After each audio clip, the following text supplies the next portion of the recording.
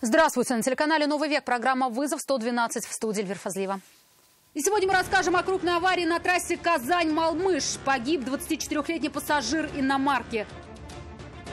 И как 20-летний водитель каршеринга опрокинул машину на крышу буквально на ровном месте. А у себя в Узбекистане он аккуратно ездил? Да, аккуратно. Машина там мало осталось, здесь много машин.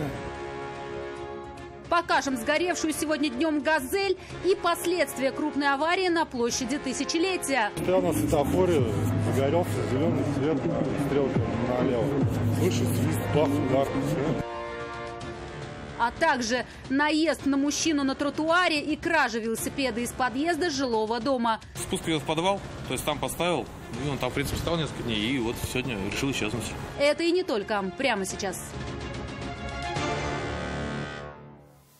24-летний пассажир Kia Rio погиб на месте. Еще 2 человека получили различные травмы в результате аварии на трассе Казань-Малмыж. Около 11 часов утра 29-летний водитель иномарки не справился с управлением. Автомобиль пересек встречную полосу, вылетел на обочину, рухнул в кювет и врезался в опору линии электропередачи. Людей зажало в салоне.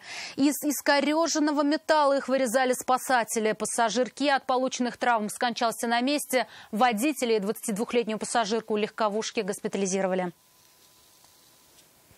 Мужчина сегодня днем попал под колеса «Газели» на тротуаре на улице Гагарина. Как рассказали очевидцы, он нагнулся за упавшей банкой с алкогольным напитком. В этот момент его сбил грузовик, сдававший задним ходом. Водитель пешехода просто не видел. Пострадавший, как только его вытащили из-под машины, уверял, что в произошедшем виноват сам. Врачи скорой помощи осмотрели мужчину и с подозрением на сотрясение головного мозга и травмы позвоночника госпитализировали в 7-ю городскую больницу. Практически на ровном месте опрокинул на крышу каршеринговый Volkswagen Polo 20-летний молодой человек. Он сам получил травмы головы и ноги. Врачи приняли решение о госпитализации пострадавшего. Машину он взял в аренду, чтобы прокатиться вокруг торгового центра, где подрабатывал после учебы. Но поездка была недолгой.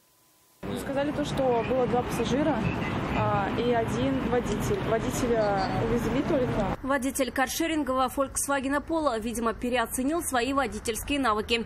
Очевидцы рассказали, что ехал он спокойно, но в какой-то момент машина резко ускорилась и наехала на одну из бетонных полусфер, установленных для безопасности и отделяющих тротуар от проезжей части. Созванивали с ним? Да, звонили меня. Машина упала здесь. Говорит, да? Да. От сильного удара бетонная конструкция отлетела в сторону, автомобиль же подлетел и приземлился уже на крышу. А у себя в Узбекистане он аккуратно ездил? Да, аккуратно. Машина там мало осталось, здесь много машин. Я сказал его, не ходили здесь. Ладно. С ушибами головы и ноги 20-летнего водителя каршеринга госпитализировали в 7-ю больницу. Как оказалось, водительские права он получил у себя на родине, в Узбекистане. Но опыта вождения у него практически не было. В Россию приехал учиться, а в торговом центре подрабатывал дворником. Машину арендовал просто прокатиться рядом с торговым комплексом. Трезвый он? Я не знаю, я не видел это. Пролить свет на все обстоятельства аварии смогут записи с камер наружного видеонаблюдения. Они установлены по всему периметру торгового центра. А 20-летнему студенту-иностранцу, по всей видимости, предстоит разбирательство с каршеринговой компанией. Вероника Гайнудинова, Тагир Валиди, Константин Бушуев. Вызов 112. Лада Приора под стенами Казанского Кремля на большой скорости влетела в стоящий на светофоре Volkswagen Polo. Авария произошла незадолго до полуночи. После тарана Лада с практически оторванным колесом пролетела еще несколько десятков метров, прежде чем остановилась. Иномарку также откинула вперед на переход. Благо пешеходов в поздний час там не было. Volkswagen стоял на спуске с улицы Профсоюзная в сторону площади Тысячелетия перед пешеходным переходом. Водитель ждал разрешающего сигнала светофора. Когда загорелся зеленый, только собрался тронуться с места, как почувствовал мощный удар в правую заднюю часть своей машины. Стоял на светофоре, загорелся зеленый цвет, стрелка налево. Слышу свист, бах, удар. Лада Приора съезжала с Профсоюзной на площадь Тысячелетия. Судя по всему, на довольно большой скорости водитель отечественной легковушки не справился с управлением и врезался в иномарку. После удара у Лады практически вырвало переднее колесо. Но это не помешало автомобилю проехать еще несколько десятков метров, прежде чем остановиться. Не справился с управлением. Подвеска сыграла. Водитель «Лады» во время столкновения получил ссадину лица и рану на щеке. От госпитализации он отказался. Осмотрели медики и пассажиры иномарки. Помощь ему оказали на месте. Оба автомобиля смогли покинуть место аварии только на эвакуаторах. Иван Сарафанов, Тагир Валиди, Константин Бушуев. Вызов 112. На перекрестке улиц Дементьева и Максимова автоинспекторы остановили автомобиль «Опель», водитель которого на большой скорости ездил по встречной полосе. В салоне находились трое молодых людей. Рассказать о причинах столь опасного вождения никто из них не захотел. Признаков опьянения у водителя автоинспекторы не обнаружили. За езду по встречной полосе закон предусматривает лишение водительских прав на срок от 4 месяцев. За что машину-то остановили? Не знаю. За красоту. Это уже их дело. За что, почему и как. «Газель» сгорела сегодня днем на парковке на улице Гвардейская. Салон автомобиля огнем уничтожен полностью. Оборудование для ямочного ремонта, которое было в грузовой части машины, владельцам удалось спасти. Оно не пострадало. От жара, исходившего от горящей «Газели», пострадала и стоящая рядом «Лада». У легковушки вздулась краска. Причину возгорания установят пожарные дознаватели. Но владелец автомобиля уверен, что огонь вспыхнул из-за замыкания электропроводки.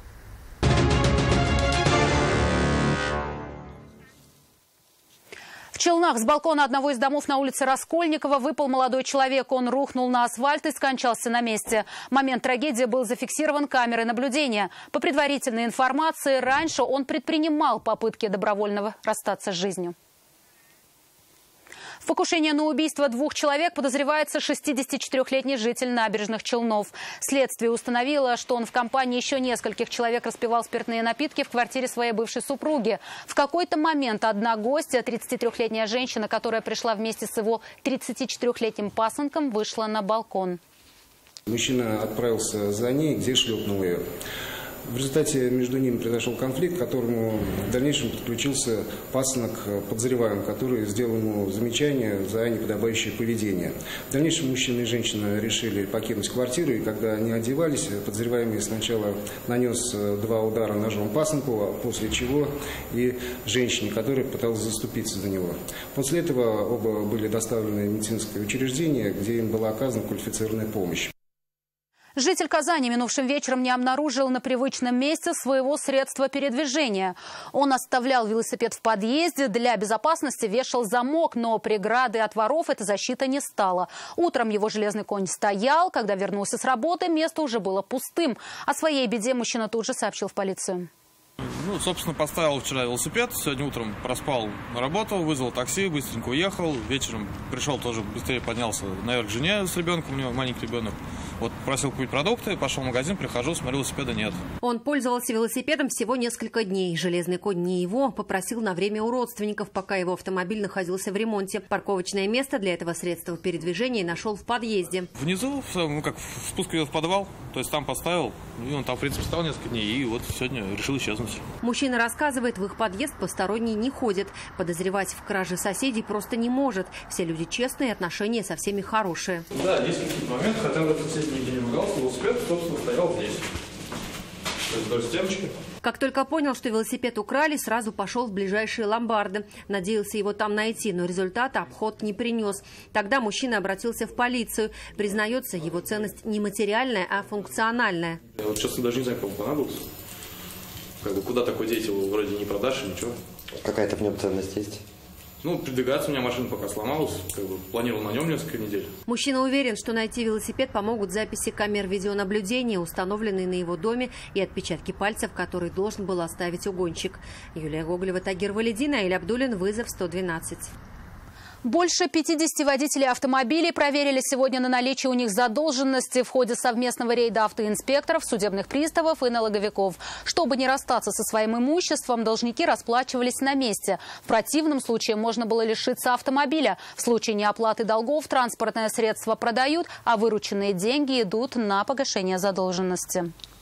Должниками была оплачена задолженность на общую сумму 243 тысячи рублей. Из них административных штрафов по линии госавтоинспекции на сумму около 60 тысяч рублей.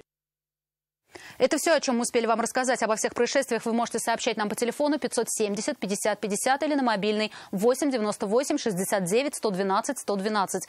Также мы доступны в социальных сетях. Присылайте видео, снятое вами. В студии была Эльвира Фазлиева. До встречи и не бросайте вызов судьбе. Вдруг она его примет.